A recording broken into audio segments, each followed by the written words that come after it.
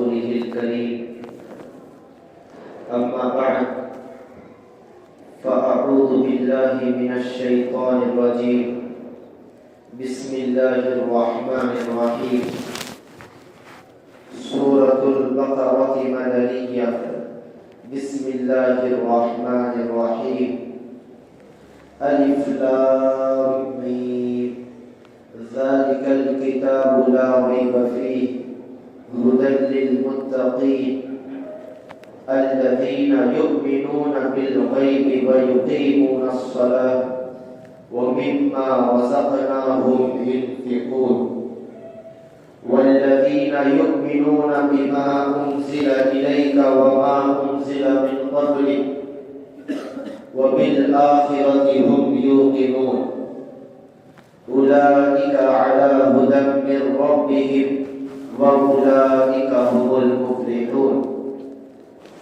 صدق اللہ العظیم۔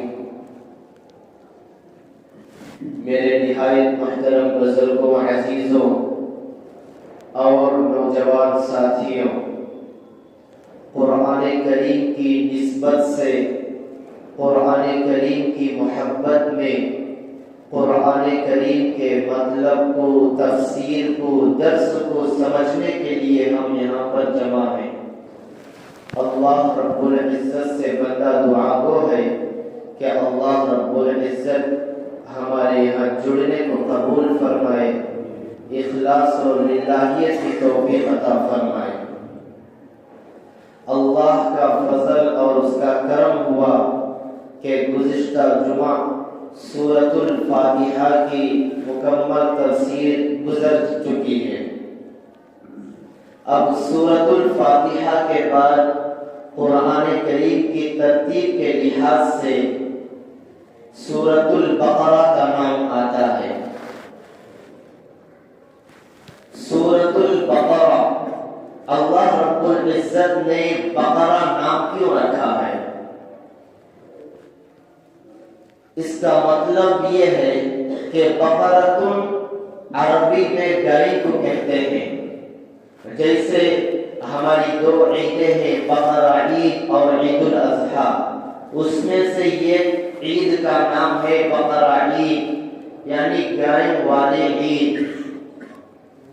سورۃ البقرہ نام رکھنے کی وجہ تسمیہ یہ ہے کہ اس سورت میں گائے والا قصہ ہے۔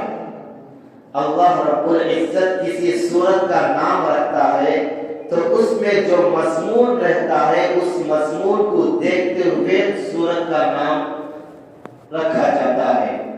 تو اس میں ایک بہت بڑا قصہ ہے بنی اسرائیل اور گائے کا، اسی لیے اللہ رب العزت نے سورت کا نام سورۃ البقرہ رکھا ہے۔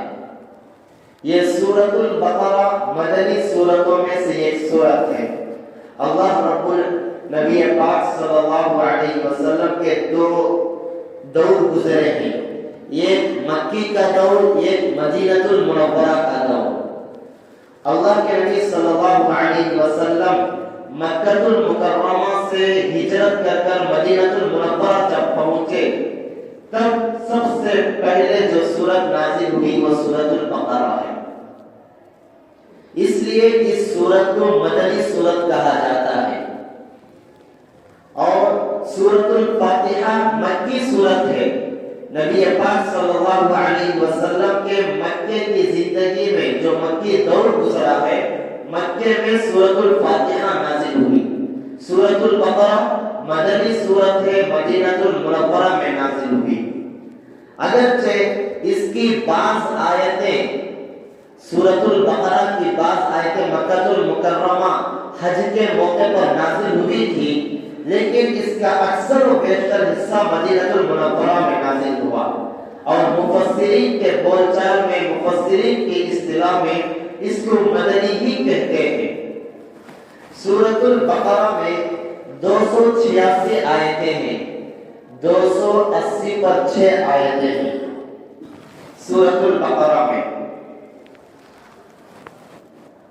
اللہ کے نبی صلی اللہ علیہ وسلم ارشاد فرماتے ہیں امت مسلمہ کو سورۃ البقرہ پڑھا کرو کیونکہ اس میں برکت ہے، اور نہ پڑھنا حسرت ہے اور شرمندگی ہے، بدنصیبی ہے، اور اہل باطل اس پر قابو نہیں پا سکتے۔ یہ حدیث شریف ہے، اس کو بھی سمجھ لیجئے۔ اللہ کے نبی صلی اللہ علیہ وسلم فرماتے ہیں کہ اگر برکت چاہتے ہو اپنے گھروں میں، اپنے مکانوں میں، اپنے دکانوں میں، آج کل بہت سارے لوگ برکت کے وجہ سے بہت پریشان ہیں کہ برکت نہیں ہے، برکت نہیں ہے، اچھا خاصا کما رہے ہیں لیکن برکت نہیں ہے۔ اس لیے اللہ کے نبی صلی اللہ علیہ وسلم 1450 برس پہلے بول کر گئے ہیں کہ برکت کے لیے سورۃ البقرہ پڑھا کرو۔ اور اگر کسی بندے کو قرآن مجید پڑھنا آ رہا ہے، اگر کوئی بندہ قرآن مجید پڑھنا نہیں جانتا، عربی میں نہیں پڑھ سکتا، تو وہ خود اپنے اوپر حسرت کرے، افسوس کرے کہ ہائے میری زندگی، میں قرآن مجید کو پڑھنا نہیں سیکھا۔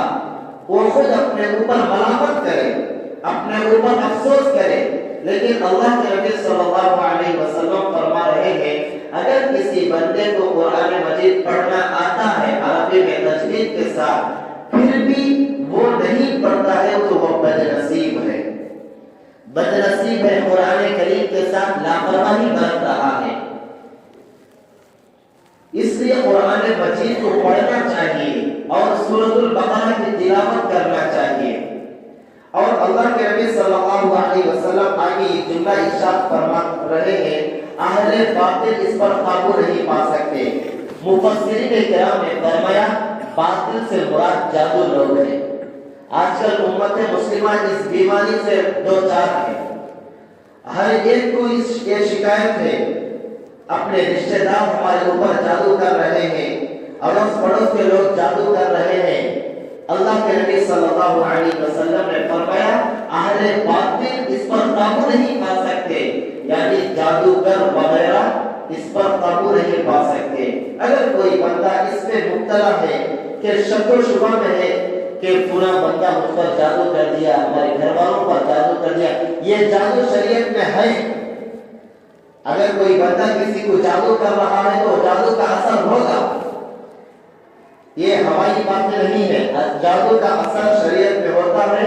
اللہ کے نبی صلی اللہ علیہ وسلم کو بھی جادو کیے ہیں لوگوں نے، تو یہ جادو ہوتا ہے، لیکن اس کا توڑ اللہ کے نبی صلی اللہ علیہ وسلم نے فرمایا سورۃ البقرہ پڑھا کرو، کیونکہ جادوگر اس پر قابو نہیں پا سکتے۔ اللہ کے نبی صلی اللہ علیہ وسلم نے ارشاد فرمایا جس گھر میں سورۃ البقرہ پڑھا جاتا ہے اس گھر سے شیطان بھاگ جاتا ہے۔ دیکھیے ہم مسلمان ہیں، اگر ہمارے گھروں سے شیطان نکل گیا تو پھر فرشتے داخل ہوں گے اور اس کے ذریعے سے ہمارے گھر میں اچھے کام وجود میں آئیں گے، آپس میں میاں بیوی میں پیار و محبت، اور والدین اور بچوں میں پیار و محبت ہوگا، نفرت، عداوت، دشمنی، انتشار، یہ ساری چیزیں ختم ہو جائیں گی۔ اور اگر شیطان ہے تو یہ ساری خرابیاں، یہ ساری بیماریاں شیطان لے کر آتا ہے، وسوسہ ڈالتا ہے۔ اس لیے اللہ کے نبی صلی اللہ علیہ وسلم نے فرمایا جس گھر میں سورۃ البقرہ پڑھی جاتی ہے اس گھر سے شیطان بھاگ جاتا ہے۔ دیکھیے سورۃ البقرہ کے تعلق سے اللہ کے نبی صلی اللہ علیہ وسلم نے فرمایا سورۃ البقرہ سلام القرآن اور درۃ القرآن ہے۔ سلام القرآن اور درۃ القرآن ہے۔ سلام کس کو کہتے ہیں اور درۃ کس کو کہتے ہیں؟ کسی بھی چیز کے اعلیٰ اور بلند حصے کو، افضل ترین حصے کو سلام اور درۃ کہا جاتا ہے۔ اللہ کے نبی صلی اللہ علیہ وسلم نے فرمایا قرآن کریم کا اعلیٰ، بلند اور افضل حصہ سورہ بقرہ ہے۔ حدیث شریف میں آتا ہے سورۃ البقرہ میں جو 286 آیتیں ہیں، ہر آیت کے نازل ہونے کے وقت حضرت جبرائیل علیہ السلام نبی پاک صلی اللہ علیہ وسلم کے پاس جو لے کر آئے ہیں، ہر آیت کے نازل ہونے کے وقت 80 فرشتے ساتھ میں آتے تھے۔ یہ سورہ بقرہ کی فضیلت ہے، خصوصیت ہے۔ دوسری سورتیں خود جبرائیل علیہ السلام لے کر آیا کرتے تھے، لیکن سورہ بقرہ کی ہر آیت کے وقت 80 فرشتے ساتھ میں لاتے تھے۔ اس سے سورۃ البقرہ کی آیتوں کی فضیلت، اہمیت اور اس کا بلند ہونا بھی معلوم ہوتا ہے۔ حضرت ابو ہریرہ رضی اللہ عنہ ارشاد فرماتے ہیں سورہ بقرہ میں یہ آیت ایسی ہے جو تمام آیتوں سے افضل ہے، تمام آیتوں سے اعظم ہے، تمام آیتوں میں فضیلت میں زیادہ ہے۔ اور قرآن کریم میں کتنی آیتیں ہیں؟ 6666 آیتیں ہیں۔ اس میں پوری آیتوں میں سب سے افضل آیت سورہ بقرہ میں ہے، وہ ہے آیت الکرسی۔ آیت الکرسی یہ سورہ بقرہ میں ہے۔ اللہ کے پیغمبر کے پاک صحابی حضرت ابو ہریرہ رضی اللہ عنہ فرماتے ہیں کہ سب سے افضل آیتوں میں آیت الکرسی ہے، وہ سورہ بقرہ میں ہے۔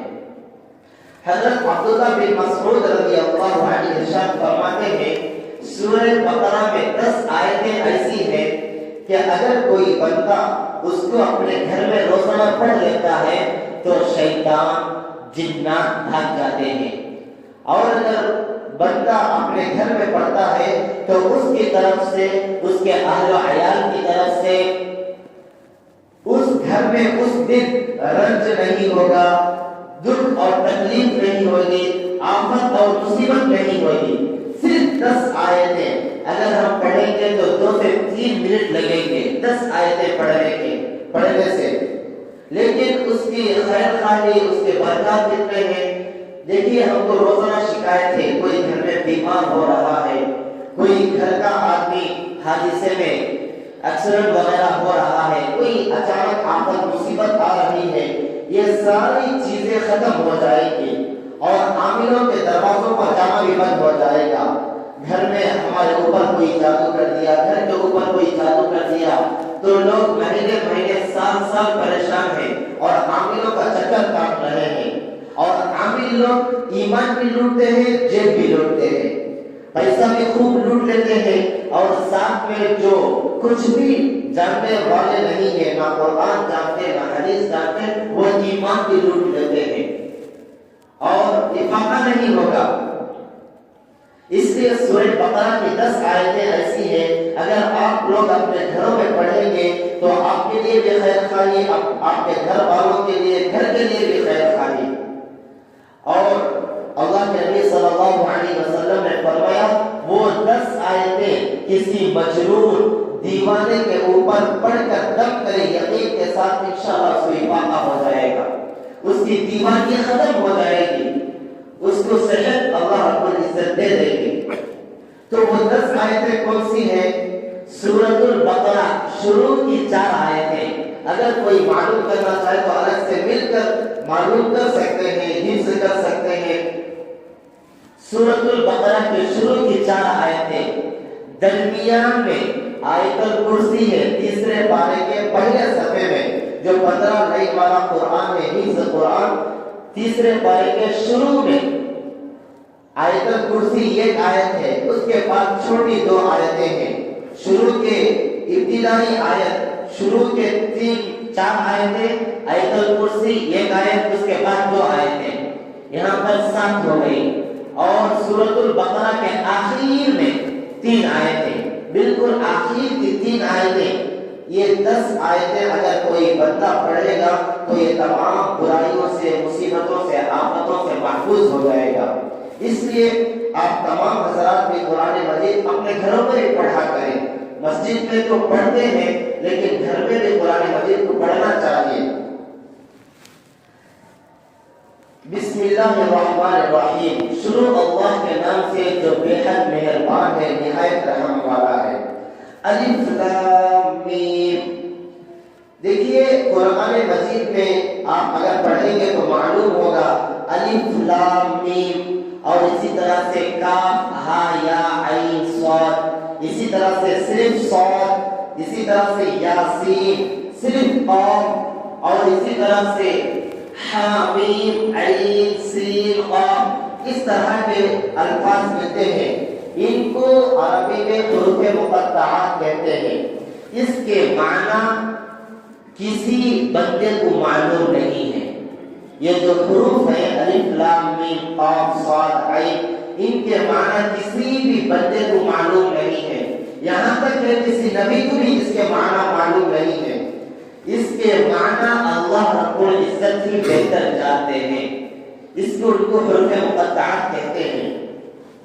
الف لام میم یہ رموز میں سے ہے، ان کے معنی کسی بھی بندہ نہ اس کے تعلق سے بیان کرنا جائز ہے اور نہ کوئی اس کے معنی جانتا ہے، اس کے معنی اللہ ہی بہتر جانتے ہیں۔ ذالک الکتاب لا ریب فیہ، ذالک الکتاب، کتاب سے مطلب قرآن مجید، ذالک الکتاب لا ریب فیہ، لا ریب کا مطلب کوئی شک و شبہ نہیں ہے۔ ذالک الکتاب، اس کتاب میں کوئی شک و شبہ نہیں ہے، یعنی یہ کتاب انسانوں کے لیے ہدایت ہے، رہنما اور مقتدی کا کام کرتی ہے۔ سورۃ الفاتحہ میں دعا اللہ رب العزت نے سکھلائی تھی، صراط الذین اہدنا الصراط المستقیم، ہم کو سیدھا راستہ دکھا، صراط الذین انعمت علیہم، سیدھا راستہ ہم کو کیسے ملے گا؟ اسی قرآن مجید کو اگر تھام کر رکھیں گے، اسی قرآن مجید کے مطابق ہم روز مرہ کی زندگی بسر کریں گے تو ہم سیدھے راستے کے اوپر آ جائیں گے۔ اللہ رب العزت یہی فرمانا چاہ رہے ہیں، ذالک الکتاب، اس کتاب میں لا ریب، کوئی شک و شبہ نہیں ہے، کوئی شک و شبہ نہیں ہے۔ دیکھیے سمجھنے میں ہماری عقل میں کمی اور کوتاہی ہو سکتی ہے، لیکن قرآن مجید میں کسی طرح کا کوئی شک و شبہ نہیں ہے۔ یہ قرآن مجید اللہ رب العزت کی نازل کردہ کتاب ہے، نبی مکرم صلی اللہ علیہ وسلم پر نازل ہوئی ہے، 23 سال میں نازل ہوئی ہے، بالکل برحق ہے، سچ ہے۔ اس کا ایک حرف، ایک نقطہ زبر زیر پیش بالکل اپنی جگہ ہے، اس میں کوئی شک و شبہ نہیں ہے۔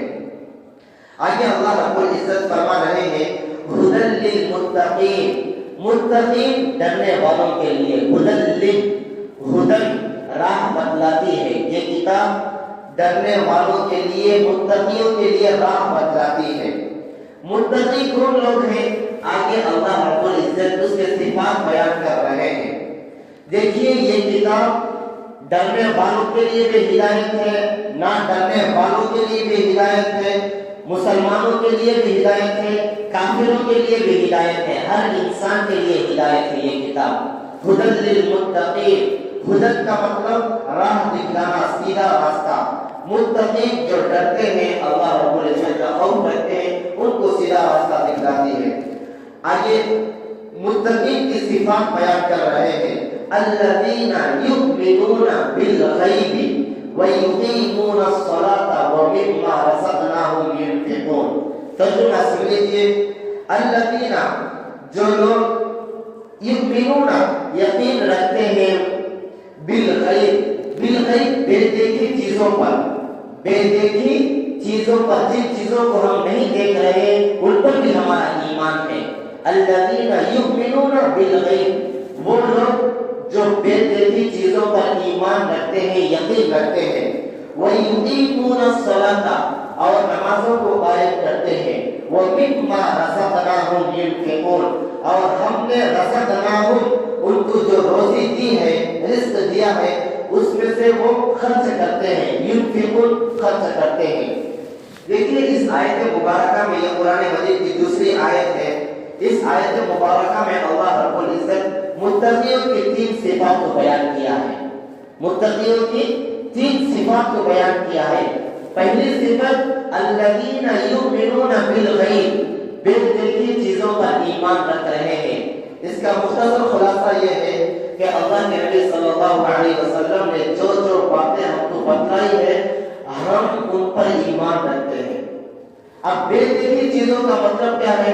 ہم جنت کو نہیں دیکھے لیکن اس پر ہمارا ایمان ہے، ہم دوزخ کو نہیں دیکھے لیکن اس پر ہمارا ایمان ہے، ہم فرشتوں کو نہیں دیکھے لیکن اس پر ہمارا ایمان ہے۔ ایک قدم آگے بڑھ کر ہم اپنے ہاتھوں، اپنے آنکھوں سے نبی پاک صلی اللہ علیہ وسلم کو نہیں دیکھے لیکن ہم اس پر ایمان رکھتے ہیں کہ آپ نبی ہیں، آپ رسول ہیں، آپ اللہ کے پکے اور سچے نبی ہیں اس پر ایمان رکھتے ہیں، اور جو آسمان میں ہم نہیں دیکھے، فرشتوں کو نہیں دیکھے، جنت کو جہنم کو، جو بے دیکھی چیزیں ہیں اس پر ہم ایمان رکھتے ہیں، یہ متقیوں کی صفت ہے جو بے دیکھی چیزوں پر ایمان لائے۔ وَيُقِيمُونَ الصَّلَاةَ اور نمازوں کو قائم کرتے ہیں۔ یہاں نمازوں کو قائم کرنے کا مطلب یہ ہے کہ اہتمام کے ساتھ، پابندی کے ساتھ، مکمل وضو کرتے ہوئے ہر نماز کا اہتمام کریں۔ دیکھیے جمعہ میں ایک مرتبہ پڑھ لے تو وہ متقی نہیں بنے گا، عیدین میں ایک سال میں ایک مرتبہ 2 مرتبہ پڑھ لے تو وہ متقی نہیں بنے گا۔ متقیوں کی جو صفت اللہ رب العزت بیان کر رہے ہیں، وَيُقِيمُونَ الصَّلَاةَ نماز کا پابند ہو، اور نوافل کے ساتھ، مستحبات کے ساتھ، مکمل گناہوں سے بچتے ہوئے جو نمازوں کا اہتمام کرتا ہے وہ متقی ہے۔ وَيُقِيمُونَ الصَّلَاةَ اور اس میں فرائض آ گئے، واجبات آ گئے، نوافل آ گئے، ہر طرح کی نمازیں اس میں آ گئی ہیں۔ وَمِمَّا رَزَقْنَاهُمْ يُنْفِقُونَ اور اللہ رب العزت نے جو چیزیں ہم کو دی ہے، روزی کے لحاظ سے، مال کے لحاظ سے، ہم ان کو خرچ کرتے ہیں، یہ بھی متقیوں کی ایک صفت ہے۔ جو مال اللہ رب العزت نے ہم کو دیا ہے، ہم سارا اپنے ہی گھر کے اوپر، اپنے ہی اوپر خرچ نہیں کرتے، اس میں غریبوں کا بھی حق ہے، اڑوس پڑوس کا بھی حق ہے، یتیموں کا بھی حق ہے، ان پر بھی خرچ کرتے ہیں، یہ متقیوں کی صفت ہے۔ دیکھیے ہم اللہ رب العزت یہ نہیں فرما رہے ہیں کہ جو کچھ میں نے تم کو دیا ہے وہ میرے راستے میں خرچ کر دو، یہ نہیں فرما رہے ہیں۔ اس میں سے کچھ، وہ مما کچھ، جو کچھ میں نے تم کو دیا ہے اس میں سے کچھ اللہ کے راستے میں خرچ کرو۔ اگر ہم پورا مال اللہ کے راستے میں نیک کاموں میں خرچ کرتے تب بھی اس کا حق ادا نہیں ہوگا۔ جان دی ہوئی اسی کی تھی، حق تو یہ ہے کہ حق ادا نہ ہوا۔ اگر ہم پورا مال، جان پورا اللہ کے راستے میں خرچ کر دیں تب بھی حق تو ادا نہیں ہوگا۔ لیکن اللہ رب العزت فرما رہے ہیں جو کچھ میں نے تم کو دیا ہے اس میں سے کچھ اللہ کے راستے میں خرچ کرو۔ دوسری آیت میں اللہ رب العزت تیسری آیت میں والذین یؤمنون بالغیب ویقیمون الصلاة ومما رزقناهم ينفقون۔ والذین یؤمنون بما انزل الیک وما انزل من قبلک وبالآخرۃ هم یوقنون۔ اس میں بھی متقیوں کی صفات بیان کر رہے ہیں اللہ رب العزت۔ یہ متقی لوگ کیسے ہوتے ہیں؟ والذین یؤمنون بما انزل الیک، ان چیزوں پر بھی، یہ وہ لوگ ہیں جو ان چیزوں پر بھی ایمان لاتے ہیں جو آپ کی طرف نازل کیا گیا، یعنی اللہ کے نبی صلی اللہ علیہ وسلم کی طرف جو چیزیں اللہ رب العزت نے نازل کیا ہے اس پر بھی ایمان لاتے ہیں۔ وما انزل من قبل، جو آپ سے پہلے جو انبیاء گزرے ہیں، پیغمبر گزرے ہیں، ان پر اللہ رب العزت نے جو چیزیں نازل کی ہیں اس پر بھی ایمان لاتے ہیں۔ دیکھیے اس کا مطلب یہ ہے کہ اللہ کے نبی کے اوپر قرآن مجید نازل ہوا، ہم اس پر ایمان لا رہے ہیں، اور اللہ کے نبی سے پہلے 3 آسمانی کتابیں نازل ہوئی، زبور، تورات، انجیل، اور کئی انبیاء پر صحیفے نازل ہوئے۔ صحیفے مکمل کتاب نہیں، چند صفحوں کے اوپر صحیفے نازل ہوئے، ہم ان پر بھی ایمان لاتے ہیں۔ دیکھیے ان آیتوں کا مطلب یہ ہے کہ اللہ کے نبی صلی اللہ علیہ وسلم جب ایمان کی دعوت شروع کیے تو آپ کے دور میں 2 طرح کے لوگ تھے۔ ایک وہ تھے جو مشرکین تھے، کفار تھے، اور ایک وہ تھے جو یہود و نصارہ تھے۔ یہود و نصارہ حضرت عیسیٰ اور حضرت موسیٰ علیہ السلام کو ماننے والے، اور جو مشرکین تھے وہ خدا کا ہی انکار کرتے تھے۔ یہ 2 طرح کے لوگ ہیں۔ دوسری آیت میں مشرکین کا ذکر ہوا، تیسری آیت میں یہود و نصارہ کا ذکر ہوا کہ یہود و نصارہ اللہ کے نبی صلی اللہ علیہ وسلم کا قرآن مجید نازل ہونے کے بعد اس پر بھی ایمان لاتے ہیں، اور اپنے پیغمبروں پر جو کتابیں نازل ہوئی اس پر بھی ایمان لاتے ہیں۔ دیکھیے آسمانی کتابیں تو 4 کتابیں مشہور ہیں، زبور، تورات، انجیل، قرآن مجید، لیکن اب عمل صرف اور صرف قرآن مجید ہی پر ہوگا۔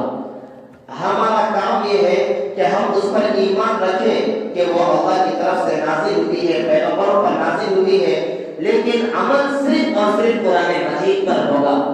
ان کتابوں پر عمل کرنا ناجائز ہے، حرام ہے، گناہ ملے گا۔ وہ بھی آسمانی کتابیں ہی ہیں لیکن وہ رد و بدل ہو چکی ہے۔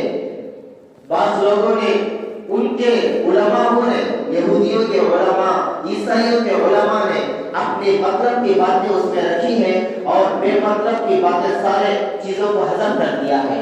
لیکن یہ قرآن مجید جیسے آسمان سے، جیسے حضرت جبرائیل علیہ السلام نے اللہ تعالیٰ سے لیا، ویسے ہی نبی پاک صلی اللہ علیہ وسلم کو پہنچایا۔ نبی پاک صلی اللہ علیہ وسلم نے ہو من وعن حرف بحرم صحابہ کرام کو قرآن مجید دیا، صحابہ کرام نے تابعین کو دیا، تابعین نے تبع تابعین کو دیا، تبع تابعین نے اولیاء اللہ کو دیا، اور یہی سلسلہ چلتا ہوا آ رہا ہے۔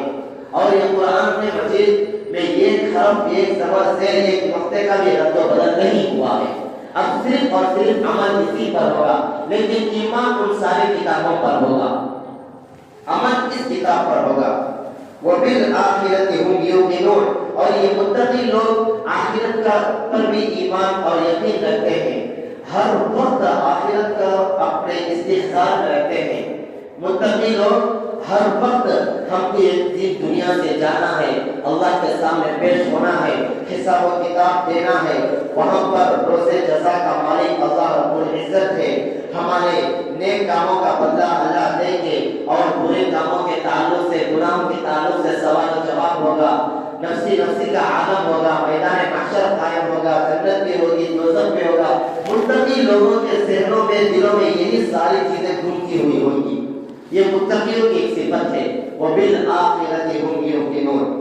آگے اللہ رب العزت فرما رہے ہیں، یہ ساری چیزیں بیان کرنے کے بعد أُولَٰئِكَ عَلَىٰ هُدًى مِّن رَّبِّهِمْ، یہی لوگ اپنے رب کی طرف سے ہدایت یافتہ ہیں، ہدایت پانے والے ہیں۔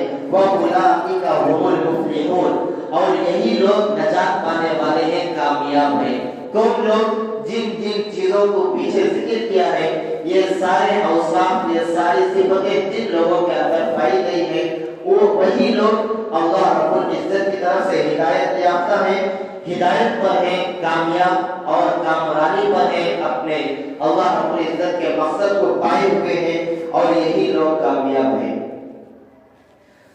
اللہ تعالیٰ سے دعا ہے کہ اللہ تعالیٰ ہم سب کو قرآن مجید کا فہم عطا فرمائے اور تفسیر سے لگاؤ عطا فرمائے۔ آمین۔ وآخر دعوانا الحمدللہ رب العالمین۔